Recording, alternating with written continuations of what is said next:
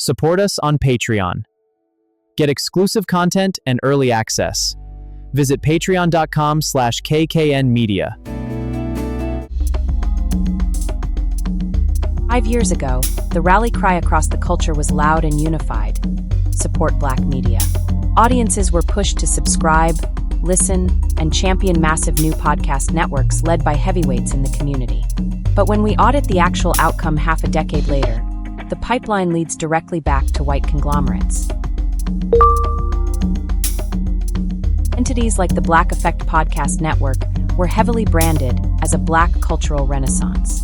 Yet, the monetization, data collection, and distribution infrastructure operate as a joint venture tied directly to legacy giants like iHeartMedia.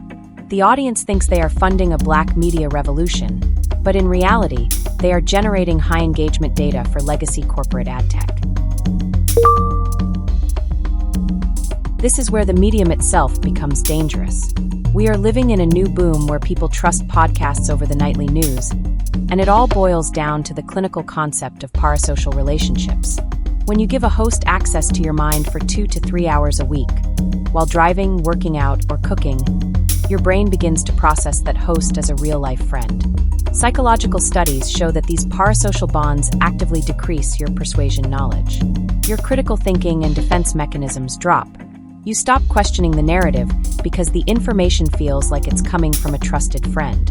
If a host says, "Rally behind this movement," the audience moves blindly.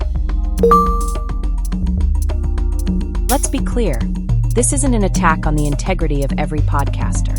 Many creators enter this space with pure intentions: to entertain, to build a brand, to get paid. But the very nature of the medium leaves the audience vulnerable.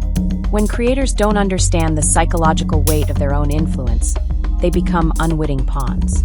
They push corporate narratives or back industry shifts simply because a check cleared, failing to realize they are actively manipulating an unprotected listener.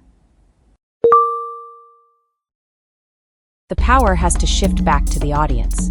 You need a sixth sense to recognize when a show has pivoted from a shared journey into a corporate funnel. Questioning the long-term motives of these massive podcast deals is the only way to protect your own mind. We want to know where you stand. Have you felt this shift? Have you realized a podcast you trusted compromised its integrity, pushed a narrative they later abandoned, or completely stopped talking about the very things they told you to focus on years ago? If so, name the show. Drop it in the comments below and let's get into it.